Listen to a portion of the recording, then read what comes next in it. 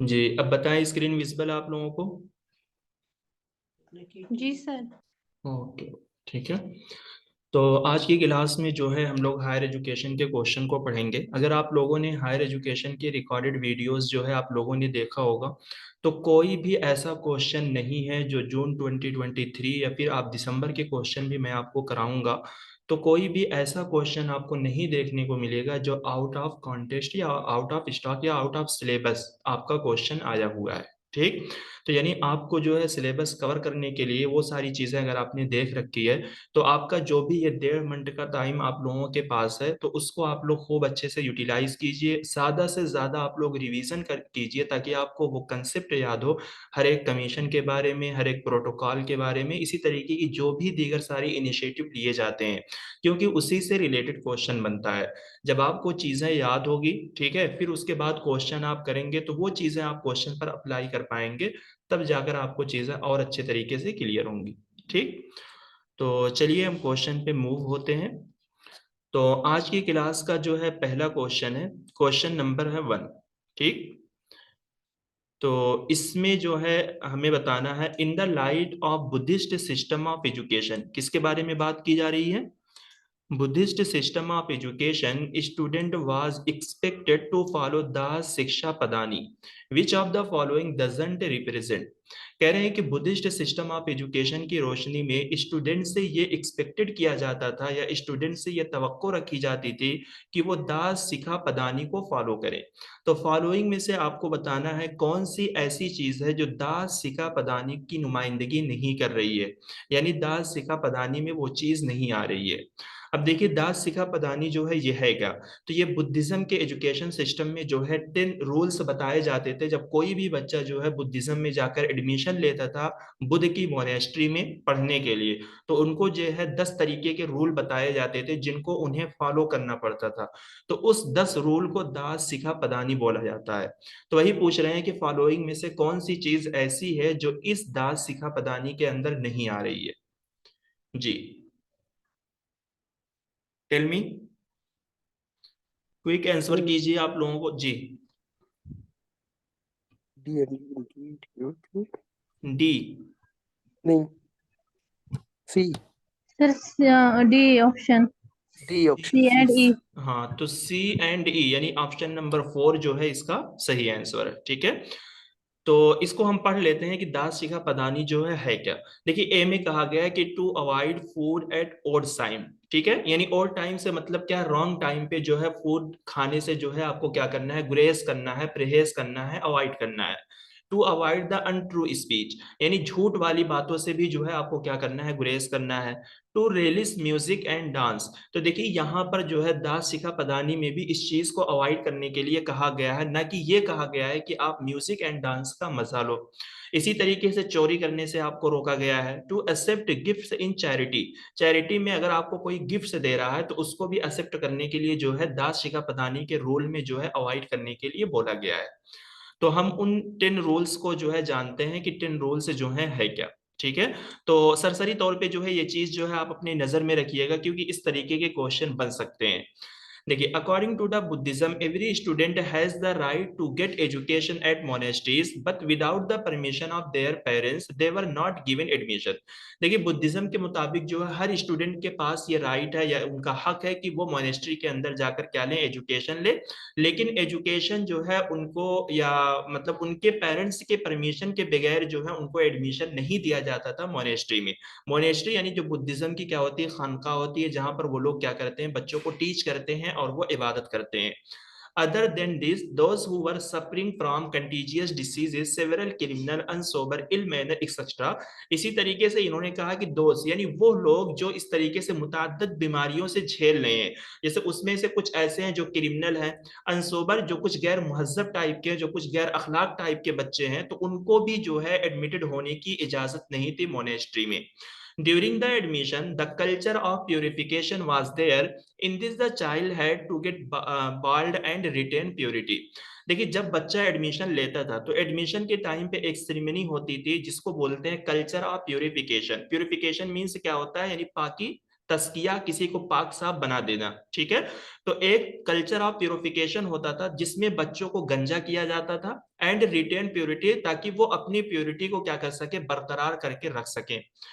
They were admitted to the school. On this occasion, the student was given 10 orders. These orders were known as Das Shikha Padani. Each student had to follow them. These 10 orders were.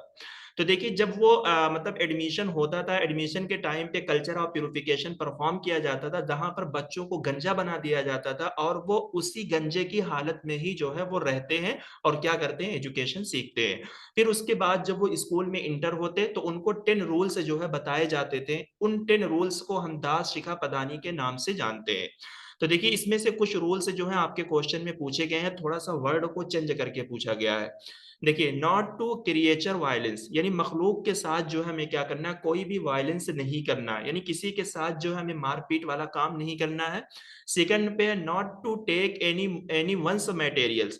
Any once material का मतलब जो another words में आपसे question में पूछा गया, stealing, यानी किसी के मटेरियल को हमें नहीं लेना, यानी चोरी नहीं करनी है।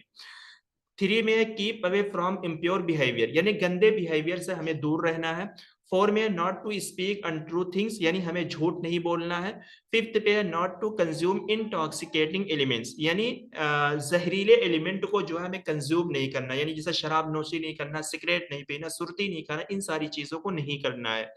Not to eat food at the wrong time, इसी तरीके से गलत टाइम पर जो है हमें खाना नहीं खाना है। नॉट टू कंडेम एनीवन, किसी की हमें मतलब मजम्मत नहीं करना है। Keep away from singing and dancing, इसी तरीके से गाने से और डांस से जो है हमें दूर रहना है। Not to use pregnant and makeup things, इसी तरीके से खुशबूदार वाली चीजें और मेकअप वगैरह के जो सामान होते हैं उन चीजों को भी हमें इस्तेमाल नहीं करना है, ठीक। फिर इसी तरीके से 10 पे आप देखेंगे never to concept arms of silver gold expensive object, इसी तरीके से चांदी एंड सोने के महंगे ऑब्जेक्ट अगर कोई आपको खैरात में दे या कोई आपको इस तरीके से सदके में दे तो उस चीज को भी आपको कभी भी एक्सेप्ट नहीं करना है, ठीक। तो ये 10 तरीके के जो है रूल्स हैं जो बुद्धिज्म में बच्चों को सिखाए जाते थे जब वो स्कूल के अंदर वो एडमिट होते थे, ठीक है। उसी 10 रूल्स को जो है दास शिखा पदानी के नाम से जाना जाता है। आ गया समझ में आप लोगों को?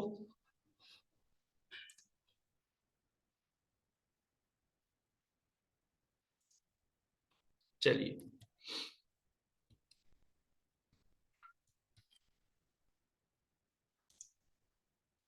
हेलो,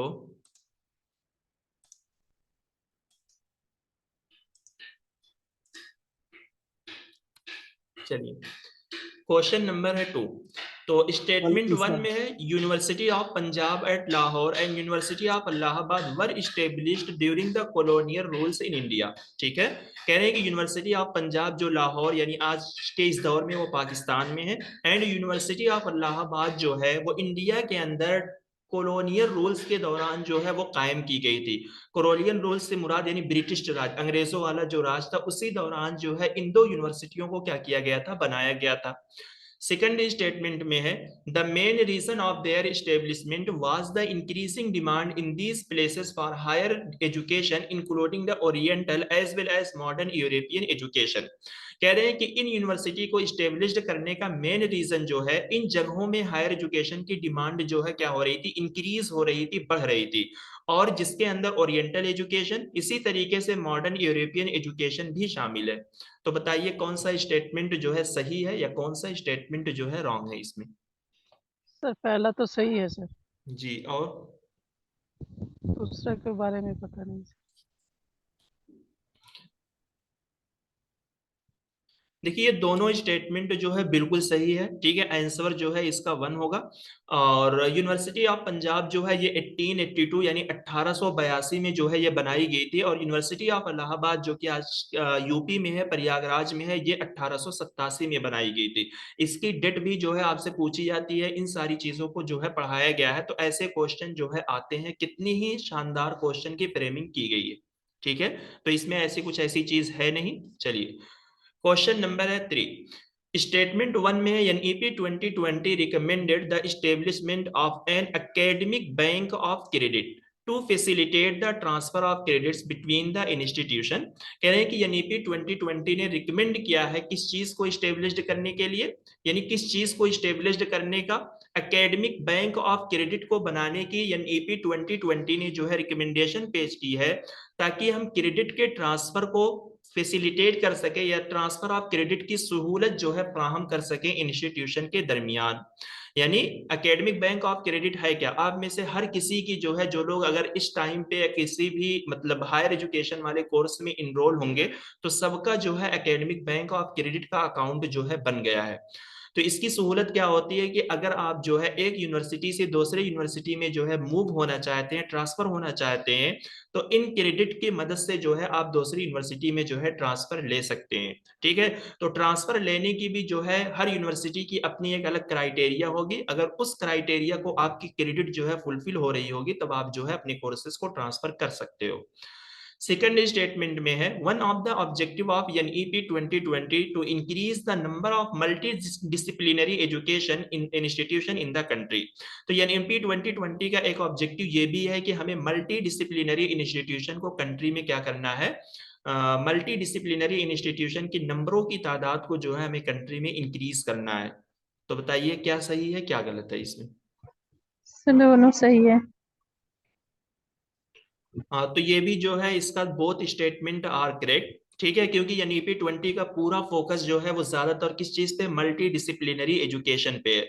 मल्टी डिसिप्लिन का मतलब ये हो गया कि जहां पर आप एक डिसिप्लिन के साथ जो है दूसरे डिसिप्लिन को भी आप क्या कर सकते हो, बासानी पढ़ सकते हो, जबकि पहले ऐसा नहीं था। यानी अगर आप आर्ट के फील्ड से हो तो आप आर्ट से ही जो है सारा काम कर सकते हो, आप साइंस की फील्ड में नहीं जा सकते।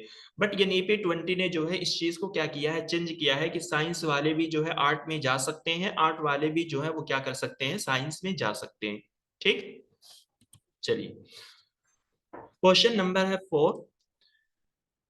कह रहे हैं कि which of the following are recommendation of NEP 2020 for improving the quality of higher education in India. ठीक है, एनईपी 2020 की क्या रिकमेंडेशन है हायर एजुकेशन की क्वालिटी को बेहतर बनाने के लिए इंडिया में। तो इसमें से फॉलोइंग में से आपको बताना है क्या ये सारी रिकमेंडेशन जो है एनईपी 20 ने जो है पेश की है, प्रपोज की है। ए में है introduction of national research foundation. क्या नेशनल रिसर्च फाउंडेशन को के इंट्रोडक्शन की बात की गई है एनईपी 20 में। Accreditation of all higher education institution, सारे हायर एजुकेशन इंस्टीट्यूशन को एक्रीडेट करने की बात की गई है। Integration of vocational education into the mainstream education, कह रहे हैं कि मेन स्ट्रीम एजुकेशन के अंदर जो है वोकेशनल एजुकेशन को भी मिलाने की बात की गई है। वोकेशनल एजुकेशन का मतलब ऐसा कोर्सेज या ऐसा एजुकेशन जो स्किल बेस्ड होता है, जो ट्रेनिंग बेस्ड कोर्स होता है। लिहाजा अगर आज का आप लोग बीए कर रहे हो, ठीक है, जिस यूनिवर्सिटी में एनईपी 20 वगैरह जो है लागू हो चुकी है, अगर आप उसमें बीए करोगे, बैचलर करोगे तो वो 4 साल का होगा। ठीक है, 4 इयर्स का होगा। और उसमें जो है आपको हर सेमेस्टर में जो है कोई ना कोई एक वोकेशनल कोर्स जो है वो कराए जाएंगे। लड़कियों के लिए जो है सिलाई कढ़ाई के कोर्सेज हैं, ठीक है, इसी तरीके से खत्तो किताबत के कोर्सेज, और भी इस तरीके के छोटे छोटे बहुत सारी ऐसी चीजें जो है वो आपको आपके मेन स्ट्रीम के साथ, यानी जो आपका मेन सब्जेक्ट होगा उसके साथ जो है आपको पढ़ाए जाएंगे। डी में है establishment of national higher education qualification framework. क्या national higher education qualification framework को भी स्टेब्लिश्ड करने की जो है रिकमेंडेशन एनईपी 20 ने दी है।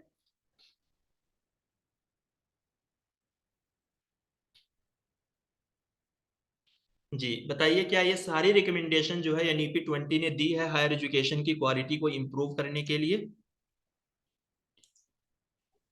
हाँ सर तो option B, C and D.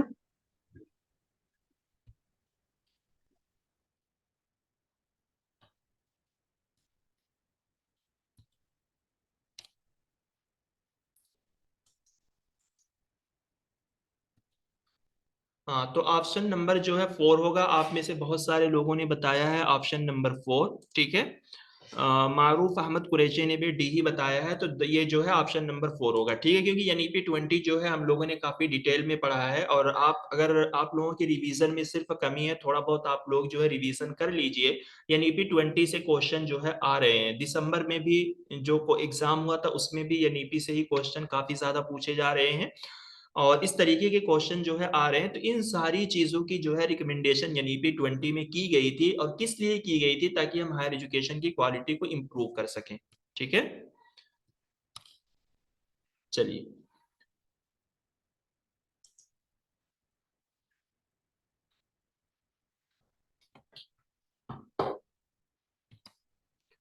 तो क्वेश्चन नंबर है 5। UGC was established on the recommendation of. तो यूजीसी को जो है किस कमीशन के रिकमेंडेशन पर जो है बनाया गया था?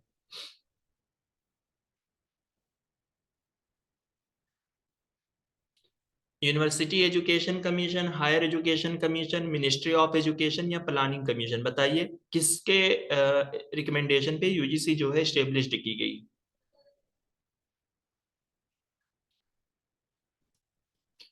तो ये होगा ऑप्शन नंबर 1। ठीक है, काफी आसान सा क्वेश्चन है, बट आप लोगों के आंसर इस पर भी नहीं आ रहे हैं। भाई, जो हमारा राधा कृष्णा कमीशन था, उसमें उसी को तो हम लोग क्या बोलते हैं, यूनिवर्सिटी एजुकेशन कमीशन बोलते हैं। आजादी के बाद का जो है सबसे पहला कमीशन है, और उसी में जो है यूजीसी की जो है रिकमेंडेशन पेश की गई थी। ठीक है, चलिए।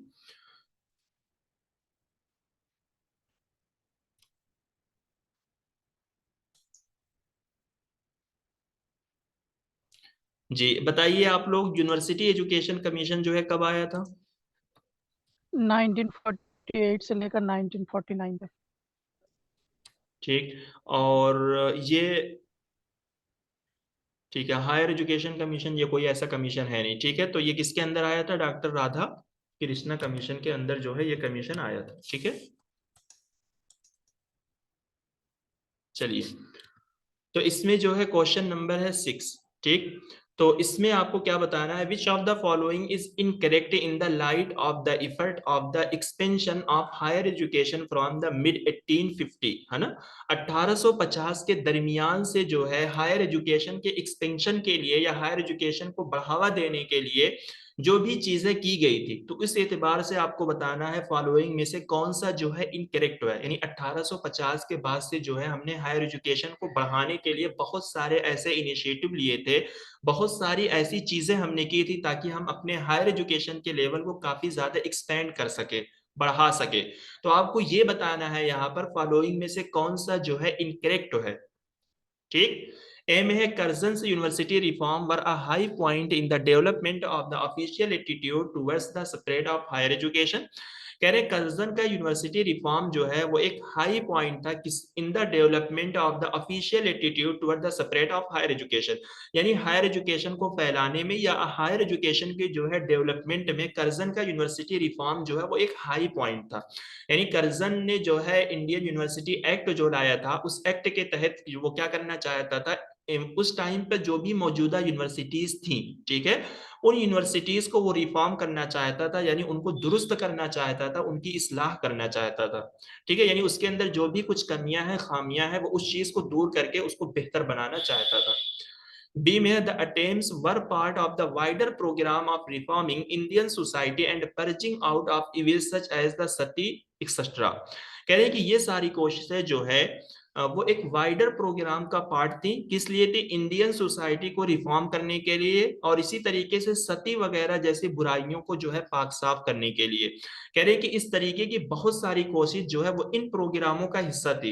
यानी जो भी 1850 के बाद से जो भी हमने काम किया है हायर एजुकेशन को एक्सपेंड करने के लिए, उसका एक पार्ट ये भी था कि ताकि हम इंडियन सोसाइटी को क्या कर सके, रिफॉर्म कर सके, और सती वगैरह जैसी जो बुराइयां हमारे समाज में फैली हुई हैं उसको भी हम क्या कर सके, अपने समाज से पाक साफ कर सके।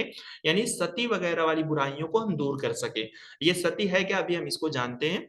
सी में कहा गया, two universities in Calcutta and Madras were established in 1857 and colleges become an integral part of higher education. कह रहे हैं कि 1857 में जो है सिर्फ दो यूनिवर्सिटीज जो है कायम की गई थी, कलकत्ता एंड मद्रास, और कॉलेज जो है वो हायर एजुकेशन का जो है एक इंटीग्रल पार्ट हो गया था। डी में है, only those student were admitted to the colleges who had pass the entrance. कह रहे हैं सिर्फ उन्हीं स्टूडेंट को जो है एडमिशन मिलता था कॉलेज में जो एंट्रेंस एग्जाम जो है पास करते थे। तो इसमें आपको समझ में आ गया होगा कि कुछ ऐसी चीज है जो है जिसको आप इनकरेक्ट यहाँ से निकाल सकते हो आसानी के साथ। कि सी सी तो टू यूनिवर्सिटी तो नहीं था, बीएनसी था। हाँ ठीक है, तो यानी एक बॉम्बे यूनिवर्सिटी थी, एक मद्रास है, एक कलकत्ता है, तो सी को आप ऐसे ही एलिमिनेट करके निकाल सकते हो। ठीक है।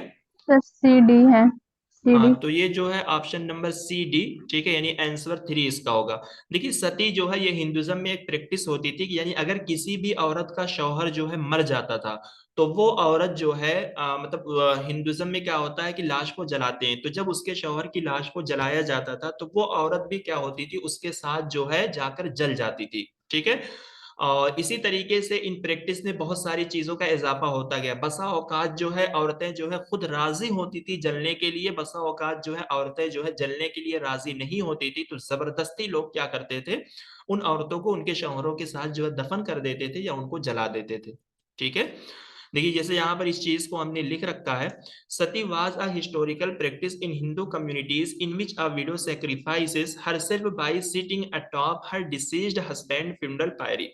कह रहे हैं कि हिंदुज्म यानी हिंदू कम्युनिटीज में जो है एक प्रैक्टिस है जिसमें एक बेवा जो है खुद कुर्बानी देती थी अपने मतलब डिसीज शौहर यानी मुर्दा शौहर के आखिरी रसूमात के ऊपर बैठकर। फुंडल पार्टी यानी उसका जो जनाजा होता है उसको जो जलाते हैं, तो शौहर जब जलता था यानी शौहर को जब जलाने के लिए रखा जाता था तो वो औरत जो है खुद उसके ऊपर जाकर बैठती थी। तो जब शौहर को आग लगाई जाती थी तो इसको भी जिंदा क्या कर दिया जाता था, आग लगा दिया जाता था, तो वो भी अपने शौहर के साथ जलकर राख हो जाती थी। इसको हिंदी में आप पढ़ सकते हो, जिसको हिंदी में सती प्रथा बोलते हैं, कि यानी ये एक ऐसी प्रथा थी जिसमें पति की मौत होने पर पति की चिता के साथ, चिता यानी जब उसको जलाते हैं, ठीक है, जब लाश को क्या करते हैं, जलाते हैं, चिता के साथ ही उसकी विधवा को भी जला दिया जाता था। कई बार तो इसके लिए विधवा की रजामंदी होती थी, तो कभी कभी उनको ऐसा करने के लिए जबरन मजबूर किया जाता था।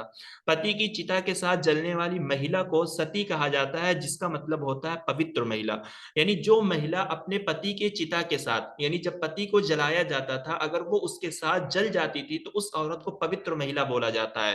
यानी ऐसी महिला जो बहुत पाक है, बहुत ज्यादा पवित्र है। ठीक है। तो सती वगैरह की प्रैक्टिस जो है अब ये हिंदुज्म से क्या हो गई है, दूर हो गई है। और इन प्रैक्टिस को किसने दूर किया था, अंग्रेजों ने दूर किया था 1928 में। ठीक है। आप लोगों ने देखा होगा वो असदुद्दीन ओवैसी के साथ जो है एक अंजना ओम कश्यप का एक इंटरव्यू है जिसमें उसने इस सती प्रथा पे जो है उसने कहा है, इस मतलब हिजाब वगैरह के ताल्लुक से वो इंटरव्यू था। तो उसने इसकी दलील दी है कि हिंदुज्म में पहले ये प्रैक्टिस की जाती थी, इस चीज को हमने क्या किया है, दुरुस्त किया है। ठीक है। चलिए समझ में आ गया ना सती है क्या। जी सर। चलिए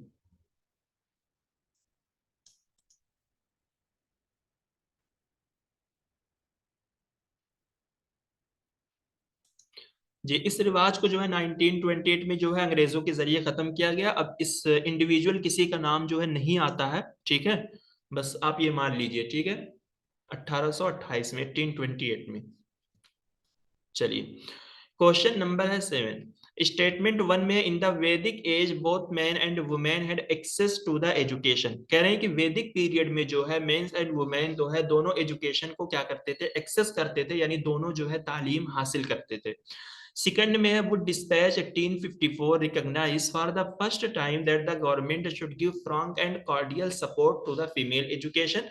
वुड डिस्पैच 1854 में जो आया था, कह रहे हैं कि उसने पहली मर्तबा जो है रिकॉग्नाइज किया था कि गवर्नमेंट को जो है फ्रैंक एंड कॉर्डियल सपोर्ट जो है देना चाहिए फीमेल एजुकेशन को। यानी वुड डिस्पैच ने ही सबसे पहले जो है फीमेल एजुकेशन के लिए बात की थी। फ्रैंक एंड कार्डियल सपोर्ट का मतलब क्या है, यानी हकीकत में जो है यहाँ पर सपोर्ट किया गया, यानी इसके अंदर जो है फीमेल एजुकेशन को अहमियत दी गई थी। ठीक है, इस वुड डिस्पैच के जरिए।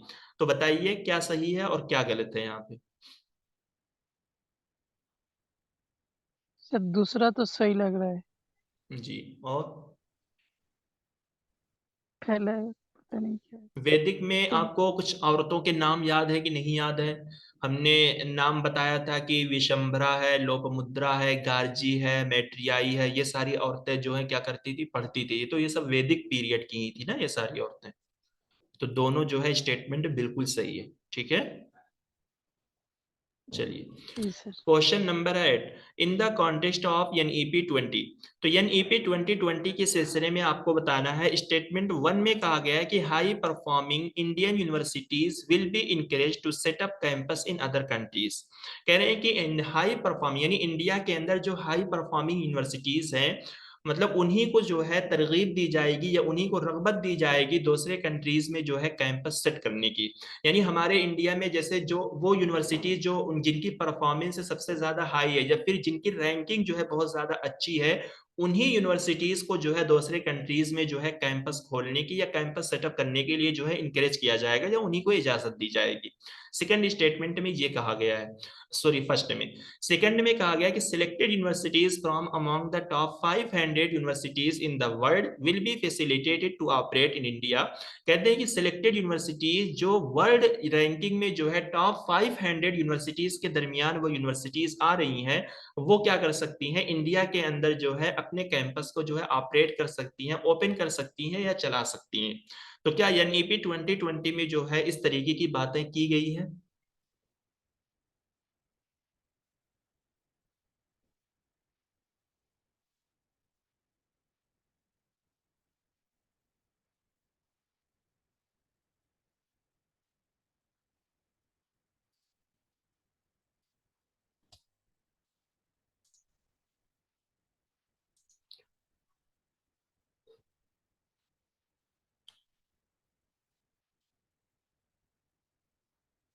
जी बताइए।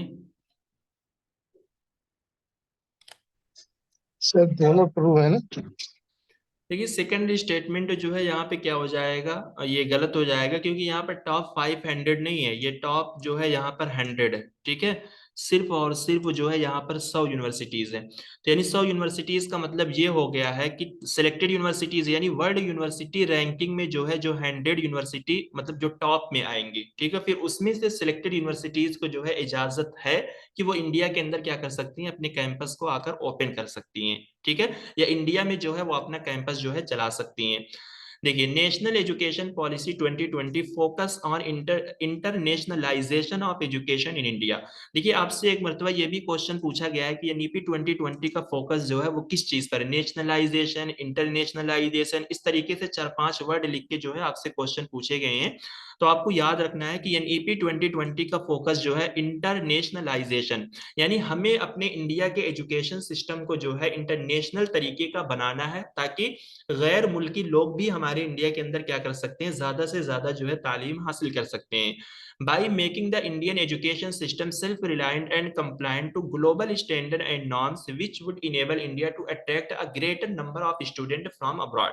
तो यानी हमें इंडिया के एजुकेशन सिस्टम को जो है सेल्फ रिलायंट बनाना है और इसी तरीके से आलमी मेयार एंड उसूलों के मुताबिक जो है हमें इंडिया के एजुकेशन सिस्टम को बनाना है ताकि हम ज्यादा तादाद में जो है मतलब अब्रॉड से जो है ज्यादा तादाद में जो है हम स्टूडेंट को क्या कर सकते हैं, अट्रैक्ट कर सकते हैं, खींच सकते हैं, यानी ज्यादा से ज्यादा जो है अब्रॉड से स्टूडेंट को हम ला सकें इंडिया में तालीम हासिल करने के लिए।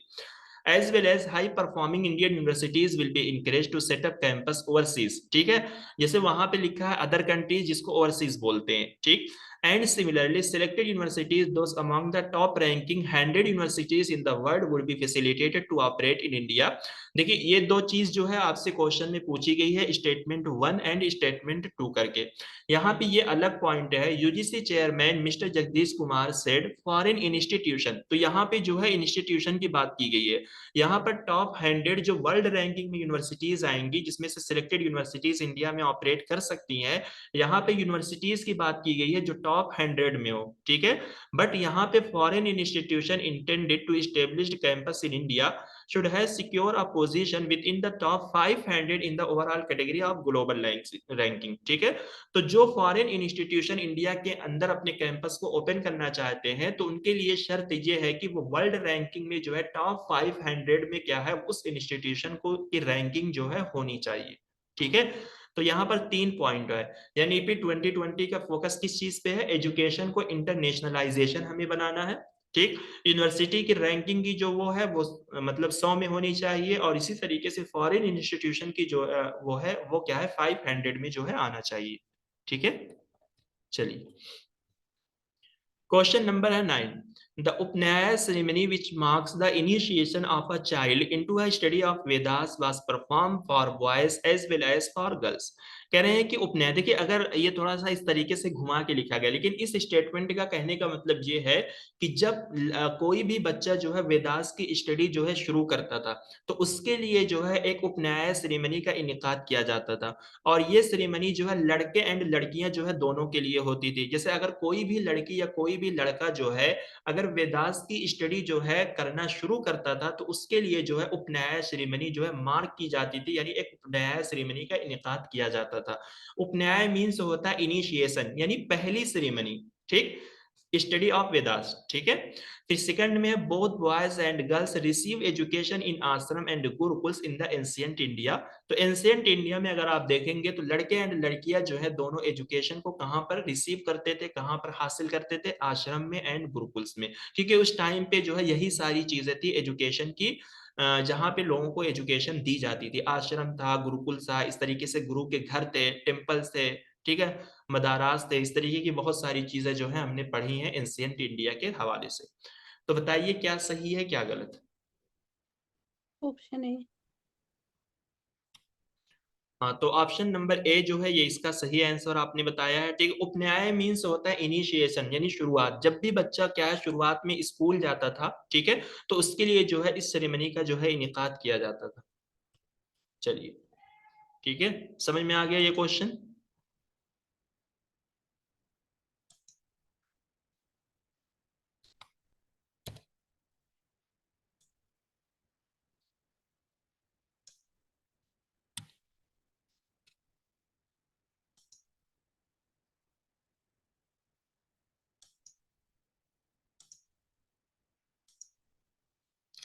Question number 10.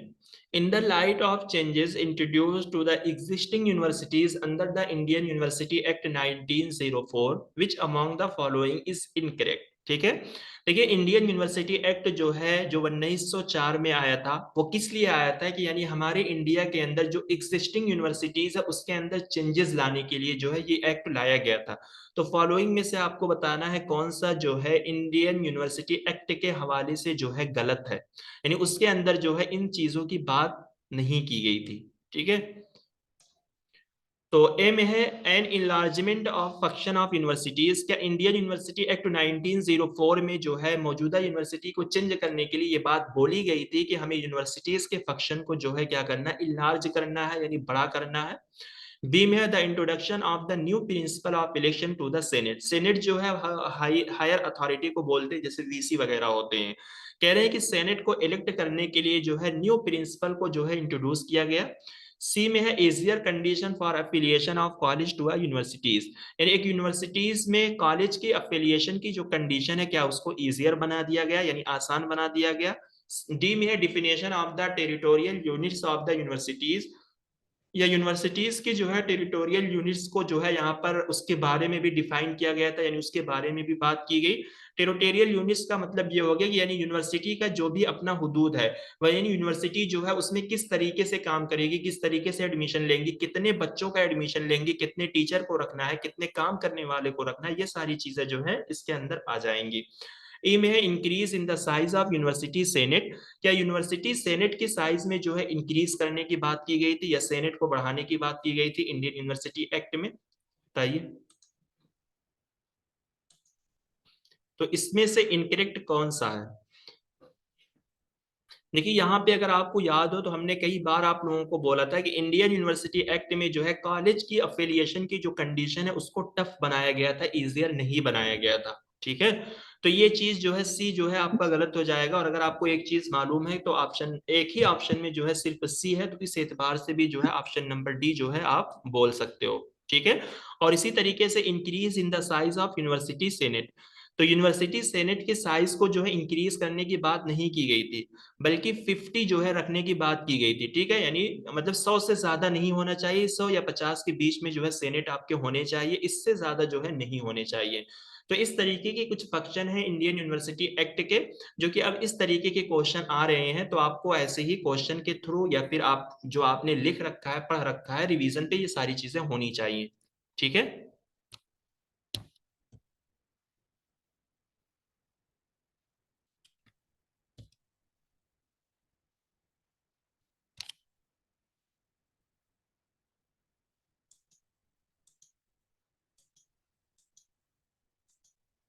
चलिए, क्वेश्चन नंबर 11, स्टेटमेंट 1 में according to the NEP 2020 at present the investment in research and innovation in India is only, ठीक है, लीज देन 1% ऑफ जीडीपी। ये निशान जो है वो लीज देन का है, ठीक है। कहने की एनईपी 20 के मुताबिक जो है रिसर्च एंड इनोवेशन में जो है मौजूदा टाइम पे इंडिया में जो इन्वेस्टमेंट हो रही है वो 1% से कम है, ठीक है। यानी वो 1% से मतलब इंडिया की जो जीडीपी रिसर्च पे की जा रही है, खर्च की जा रही है, वो 1% से भी कम है। 1% से कम का मतलब जो है आपको एग्जैक्ट मतलब डेटा मालूम है कितना होगा?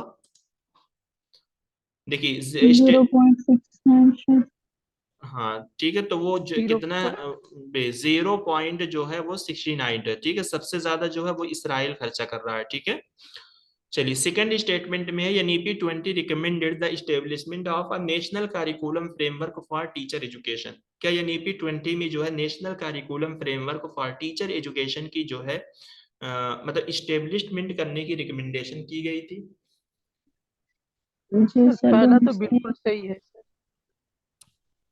तो दोनों स्टेटमेंट बिल्कुल सही है, ठीक है। National curriculum framework for teacher education, adult education, early childhood care, इस तरीके की जो है बहुत सारे करिकुलम के ताल्लुक से जो है एनईपी 20 में बात की गई है, ठीक। Question number 12, the first education commission of India is also adhere to, यानी first education commission of India ने भी इस चीज को एक्सेप्ट किया था। किस चीज को? The one language formula, two language formula, three language three formula? Language formula. Three हाँ, सर लैंग्वेज सी। फॉर्म। तो ये हो जाएगा ऑप्शन नंबर सी, ठीक है। तो थ्री लैंग्वेज फार्मूला को जो है क्या किया था, एजुकेशन कमीशन ने क्या किया था, एडहेयर किया था, ठीक है।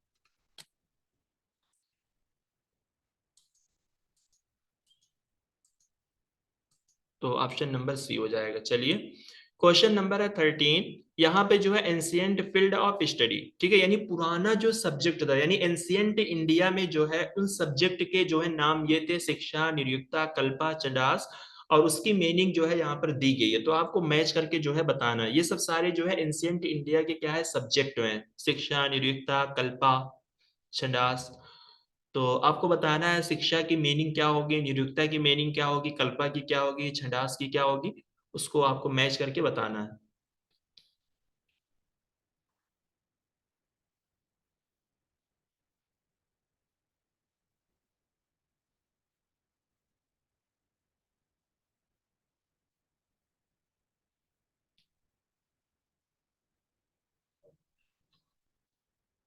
Sir option number 3।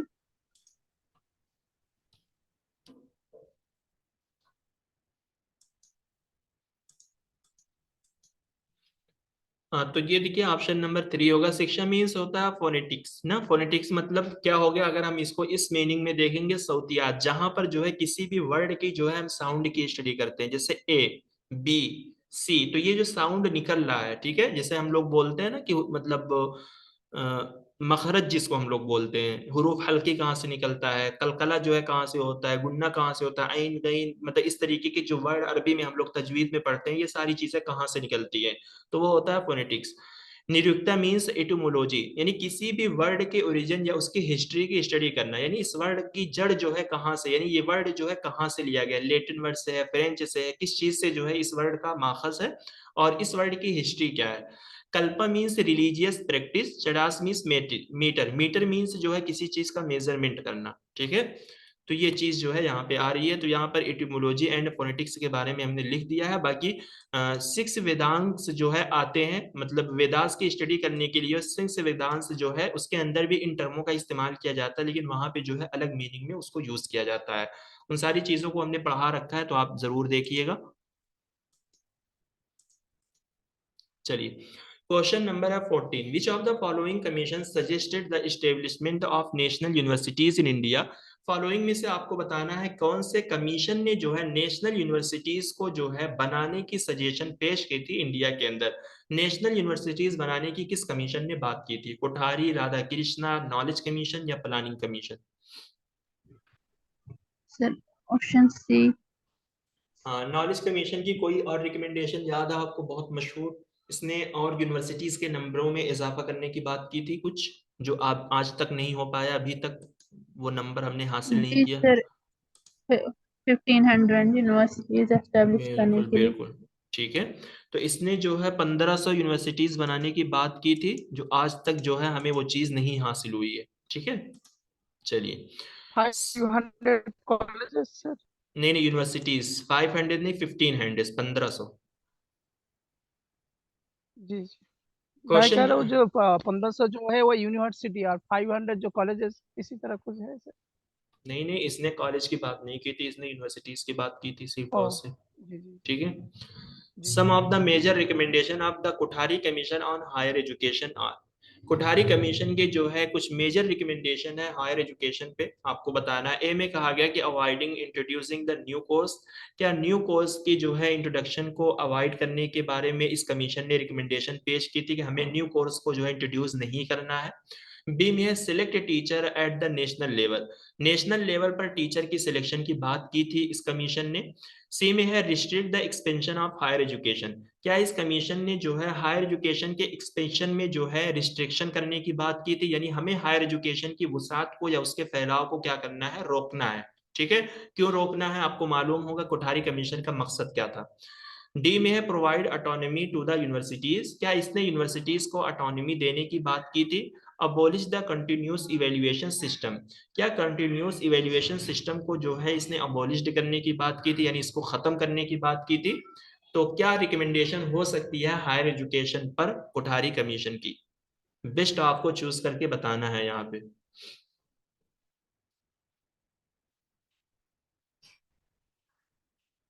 देखिए, आप पॉजिटिव भी अगर निकालोगे तब भी जो है आप बता फिर सकते हो। ऑप्शन सी।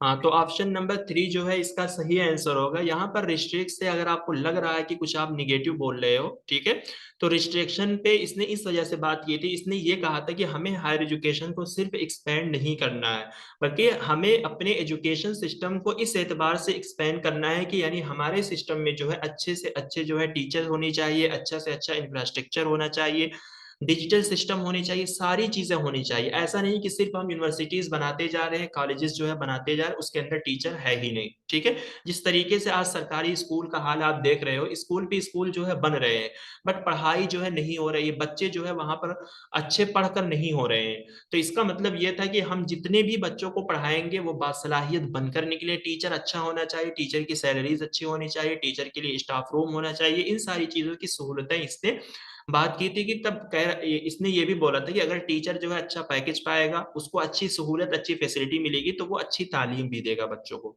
ठीक है, तो ये सारी चीजें जो है कोठारी कमीशन के ताल्लुक से आती हैं। चलिए, क्वेश्चन नंबर है 16, विच of the following universities were established in the year 1916। तो फॉलोइंग में से आपको बताना है कौन सी यूनिवर्सिटीज जो है 1916 में बनाई गई थी। Delhi university, Banaras Hindu university, Mysore university, SNDT women university. इसमें से कौन सी यूनिवर्सिटीज है जो बनाई गई थी।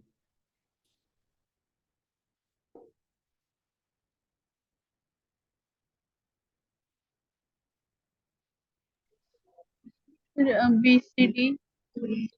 हाँ, तो देखिए, बेचू हो गया, मैसूर हो गया, और ये SNDT, ये पुराना क्वेश्चन है, बट इस क्वेश्चन के ताल्लुक से आप कुछ मशहूर यूनिवर्सिटीज के बारे में आप जान सकते हैं। जैसे पटना यूनिवर्सिटी जो है 1917 में बनी थी, दिल्ली यूनिवर्सिटी जो है 1922 में जो है ये बनी थी, और जामिया मिल्लिया जो है 1920 में बनी थी। MU जो है पहले वो 1875 में जो है वो एक कॉलेज बना था, जिस कॉलेज का नाम था मोहम्मदन एंजुलो ओरिएंटल कॉलेज के नाम से MU था। फिर बाद में जो है 1921 में जो है उसको क्या किया गया था, यूनिवर्सिटीज का जो है दर्जा मतलब दर्जा दिया गया था एक एक्ट पास करके। ठीक है, और इसी तरीके से JNU के बारे में आप जान सकते हो, 1969 में जो है बनी थी। JNU जो है पहले दिल्ली यूनिवर्सिटी का जो है वो एक कॉलेज था, फिर 1969 में जो है एक एक्ट पास करके जो है उसको क्या कर दिया गया, एक यूनिवर्सिटी का दर्जा दे दिया गया।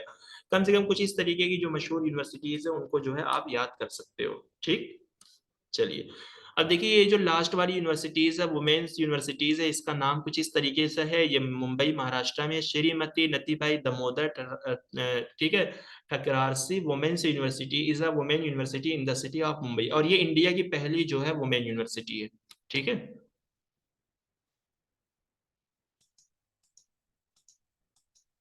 चलिए। क्वेश्चन नंबर है 17। स्टेटमेंट 1 में Indira Gandhi national open universities IGNOU was set up by an act of parliament 1965। क्या 1965 के एक्ट ऑफ पार्लियामेंट के जरिए जो है इग्नू का सेटअप किया गया था, यानी इग्नू जो है क्या 1965 में बनाई गई है। सेकेंड स्टेटमेंट में है IGNOU adopted the strategy of using integrated multimedia instruction through the ज्ञान दर्शन एंड ज्ञानवाणी। कह रहे हैं कि ज्ञान दर्शन एंड ज्ञानवाणी के थ्रू जो है इग्नू ने मल्टीमीडिया इंस्ट्रक्शन के इस्तेमाल करने की स्ट्रेटेजी को अडॉप्ट किया है। तो ज्ञानवाणी एंड सी ज्ञान ऑप्शन। दर्शन जो है क्या है, ये इग्नू का एक चैनल है जिसके तहत इग्नू क्या करता है, अपने इंस्ट्रक्शन को जो है क्या करता है, डिलीवर करता है। तो बताइए क्या सही है क्या सी गलत। ऑप्शन सर, पहला वाला गलत, दूसरा सर सही यानी पहला डी गलत ऑप्शन। है। हाँ तो पहले पहला गलत, दूसरा पहला सही। अगर गलत है कि उसकी सही डेट क्या है पहले की। सर 1985 में। 85। ओके ओके चलिए ठीक है, सही बताया आप लोगों ने। तो ऑप्शन नंबर 4। क्वेश्चन नंबर है 18। The committee for evaluation of NEP 2016, ठीक है, proposed establishment of a council for. देखिए ये NEP मतलब नेशनल एजुकेशन पॉलिसी जो है 2016 ये बनी नहीं थी, ठीक है, यानी ये बनते बनते जो है 2020 में आई है, तो वो 2020 बन गई है, बट 2016 में जो है इस पे एक कमेटी बन गई थी।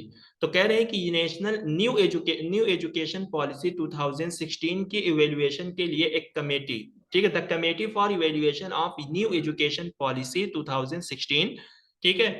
तो कह रहे एक कमेटी थी न्यू एजुकेशन पॉलिसी 2016 की इवेल्युएशन के लिए, जिसने जो है एक काउंसिल बनाने की इस्टेब्लिशमेंट की थी। तो वो काउंसिल जो है किस चीज के लिए बनती, private universities, foreign universities, educational innovation, excellence in higher education, किस चीज के लिए जो सर है। Option D.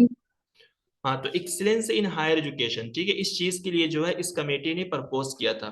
और इस कमेटी को जो है हम सुब्रमण्यम कमेटी के नाम से भी जानते हैं, क्योंकि इन्हीं के अंदर जो है ये कमेटी चेयर की गई थी। The committee for evaluation of new education policy 2016, also known as the TSR Subramaniam Committee, proposed the establishment of a council for excellence in higher education। यानी किस चीज के लिए इन्होंने ये काउंसिल बनाने की बात की थी, ताकि हायर एजुकेशन के अंदर हमें क्या करना है, एक्सेलेंसी लाना है, ठीक है। The objective of this proposal was to foster and encourage creativity and excellence in higher education at all level। यानी सारे लेवल पर जो है हमें हायर एजुकेशन के अंदर क्रिएटिविटी को बढ़ाना है, ठीक है, और इसी तरीके से हायर एजुकेशन के अंदर काफी ज्यादा महारत यानी एक्सीलेंसी वगैरह को प्रमोट करना है, ये चीजें थी। तो इस क्वेश्चन के तहत जो है इस चीज को जो है आप याद रखिएगा, एक एडिशनल इंफॉर्मेशन है कि इसको हम सुब्रमण्यम कमेटी के नाम से भी जो है जानते हैं। चलिए क्वेश्चन नंबर है 19। What were the recommendation of Hunter commission on higher education in India, ठीक है। तो हंटर कमीशन की क्या रिकमेंडेशन थी इंडिया में, आपको बताना है। इंडिया में हंटर कमीशन की हायर एजुकेशन पर क्या रिकमेंडेशन थी। हंटर कमीशन कब आया था, 1882, यानी 1882 से लेकर 1883 तक था। तो उसने हायर एजुकेशन पे क्या रिकमेंडेशन दी थी। ए में कहा गया कि the government should leave the management of higher education to Indian themselves. कह रहे गवर्नमेंट को जो है हायर एजुकेशन के मैनेजमेंट को छोड़ देना चाहिए खुद इंडियन पर, क्योंकि ये हंटर कमीशन किसके अंदर आया था, मतलब लॉर्ड रिपिन करके कुछ इस बंदे का नाम, जो अंग्रेज था, यानी अंग्रेजों का गलबा था उस टाइम पे, तो अंग्रेज ही देखते थे। बी में कहा गया कि government college should be established only were the demand exist. कह रहे हैं कि गवर्नमेंट कॉलेज जो है सिर्फ उसी जगह पे जो है स्टेब्लिश्ड होना चाहिए जहां पर डिमांड जो है एग्जिस्ट कर रही हो, यानी जहां पर डिमांड की जा रही हो गवर्नमेंट कॉलेज बनाने की, तो वहीं पर जो है स्टेब्लिश्ड किया जाना चाहिए। सी में है the government should provide grants to non government college generously. कह रहे हैं कि गवर्नमेंट को जो है मतलब ग्रांट जो है प्रोवाइड करना चाहिए नॉन गवर्नमेंट कॉलेज को, जनरसली मींस दिल खोलकर, यानी गवर्नमेंट को जो है दिल खोलकर जो है नॉन गवर्नमेंट कॉलेज को जो है ग्रांट प्रोवाइड करना चाहिए। डी में student should study the prescribed subject without any option, या स्टूडेंट को जो है सिर्फ प्रिस्क्राइब्ड सब्जेक्ट की स्टडी करनी चाहिए बगैर किसी ऑप्शन के, बगैर किसी ऑप्शन के या बगैर किसी चीज का इंतखाब किए हुए, यानी जो भी सब्जेक्ट प्रिस्क्राइब्ड किया गया है, यानी पहले से जो सब्जेक्ट तजवीज किया गया है उसी की स्टडी करनी चाहिए। ए में there was no need for moral education in college. कह रहे हैं कॉलेज में जो है मॉरल एजुकेशन की कोई जरूरत नहीं है। तो क्या हंटर कमीशन की रिकमेंडेशन इसमें से क्या लगता है आपको, हायर एजुकेशन पे क्या क्या उसने दी थी। Sir A B C option ए।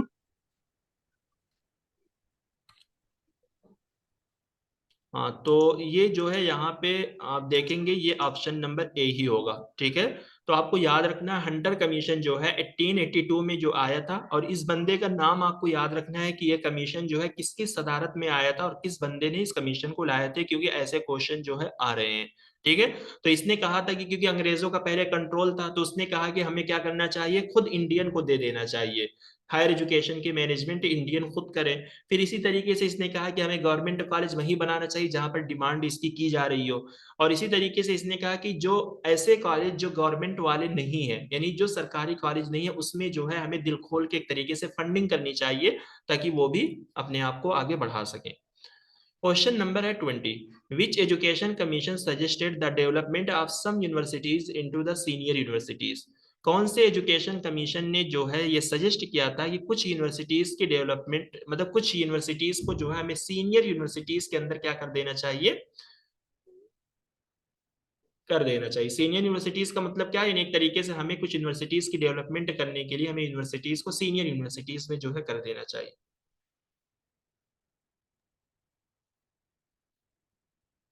यानी अगर कमीशन से सर कोठारी का हाँ, तो ये कोठारी कमीशन की ही रिकमेंडेशन है। ठीक है, तो सीनियर यूनिवर्सिटीज का मतलब ये हो गया कि मान लीजिए अगर पहले प्राइवेट यूनिवर्सिटीज थी, तो उसको ये मतलब कोई अगर तो उसको आपने सेंट्रल यूनिवर्सिटी का दर्जा दे दिया है। ठीक है, कोई डीम टू बी यूनिवर्सिटीज थी, तो उसको आपने क्या कर दिया है, सेंट्रल यूनिवर्सिटीज का दर्जा दे दिया है। यानी छोटी यूनिवर्सिटीज से लेकर या छोटे दर्जे से लेकर आपने क्या कर दिया, उसको सीनियर यूनिवर्सिटीज में जो है आपने अपग्रेड कर दिया है, या कोई ऑटोनोमस कॉलेज था उसको आपने यूनिवर्सिटी का दर्जा दे दिया। इस तरीके की चीजें जो है यहाँ पे आएंगी। क्वेश्चन नंबर है 21। देखिए इस कमेटी में ऐसा कुछ है नहीं, बस ये कमेटी किसके जरिए चेयर की गई थी। ठीक है, यानी इस कमेटी की सदारत किसने की थी, उसका नाम जो है आपसे पूछा जाता है, तो आपको इस क्वेश्चन के तहत जो है यही याद रखना है। Committee on corporate participation on higher education, Calcutta university commission, committee on funding central universities, committee on technical education. इसमें से दो जो है आपको मालूम होगा, दो आपने पढ़ा हुआ है। ठीक है, अगर उसमें से कुछ आपको मैच कर जा रहा है तो आप निकाल के इसका आंसर दे सकते हो। बाकी दो चीज यहाँ पे नई है, तो आपको वो याद रखना है।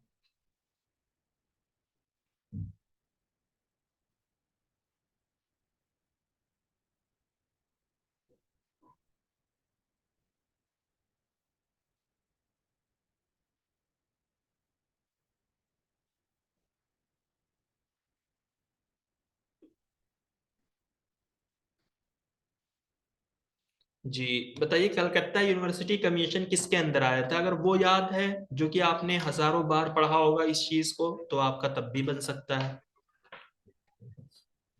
Sir option 3।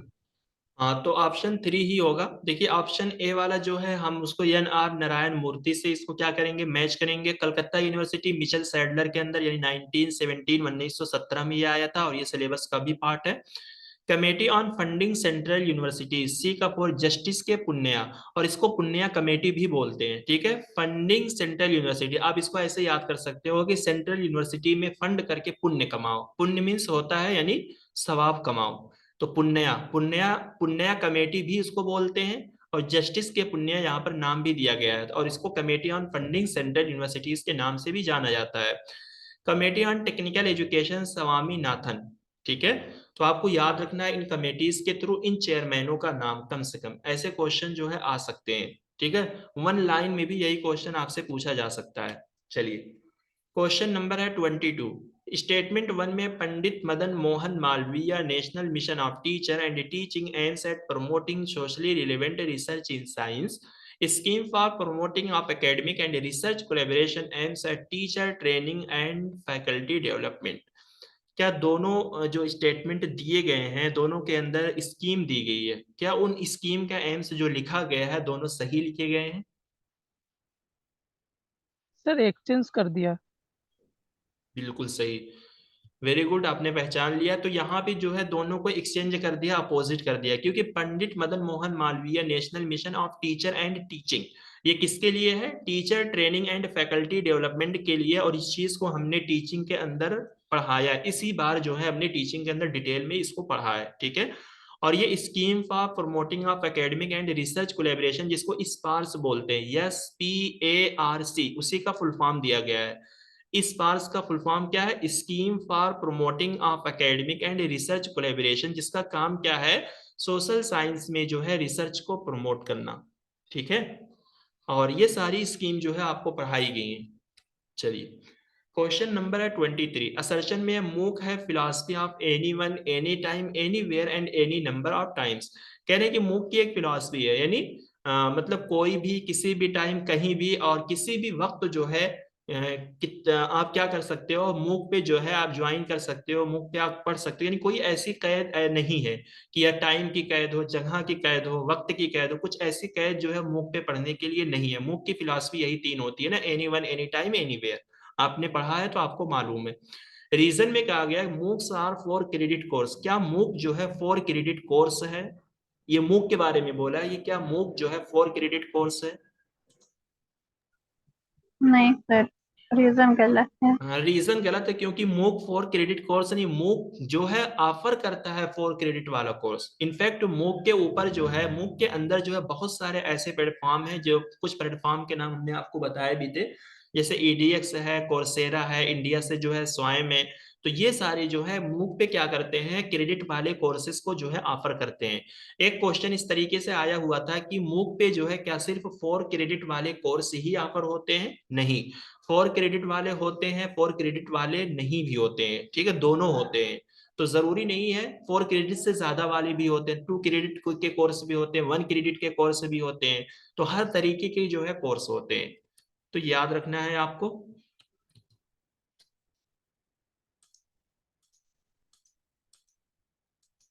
चलिए, क्वेश्चन नंबर है 24। In ancient India the eligibility criteria in respect of age for student seeking admission to Takshashila university.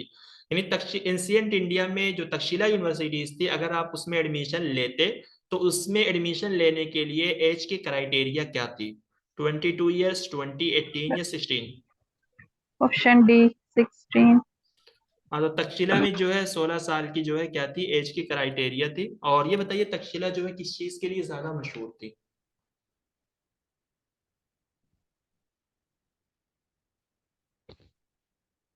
Sir किसके लिए?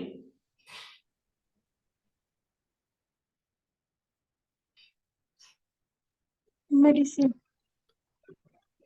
ठीक है, तक्षशिला जो है मेडिसिन के लिए मशहूर थी। तक्षशिला को जो है मतलब कट ऑफ स्टोन भी बोला जाता है। ठीक है, और तक्षशिला जो है ये कहाँ पर सिचुएटेड है आज की इस प्रेजेंट टाइम में? पाकिस्तान में। बिल्कुल, नॉर्थ वेस्टर्न पाकिस्तान में। ठीक है, चलिए, तो इसी पे जो है क्लास को एंड करेंगे। क्वेश्चन नंबर है 25। Which of the following modality of higher education is the example of evaluation in the post independence India? कह रहे हैं कि फॉलोइंग में से आपको बताना हायर एजुकेशन का कौन सा तरीका है जो पोस्ट इंडिपेंडेंस इंडिया में इवेल्युएशन की एक एग्जांपल है, यानी आज़ादी के बाद वाले हिंदुस्तान में एक तरीके से इर्तिका या इवेल्युएशन की एग्जांपल। आज़ादी के बाद इंडिया में फॉलोइंग में से आपको बताना है कौन से ऐसे एजुकेशन को हमने इवेल्युएट किया है। टेक्निकल एजुकेशन, टेक्निकल एजुकेशन से। नहीं, टेक्निकल ऑप्शन एजुकेशन डी तो sir. Option distance. Distance distance education. ठीक है, एजुकेशन। बिल्कुल सही, डिस्टेंस है, क्योंकि AICTE जो है 1945 में बना, आज़ादी हमें 1947 में मिली है। ठीक है, ये डिस्टेंस एजुकेशन जो है यही एक वैल्यूएशन है, यानी जो नया है, हमें आज़ादी के बाद हमने इस चीज़ को क्या किया है, इसका इंकशाफ किया या इसको हम लेकर आए हैं।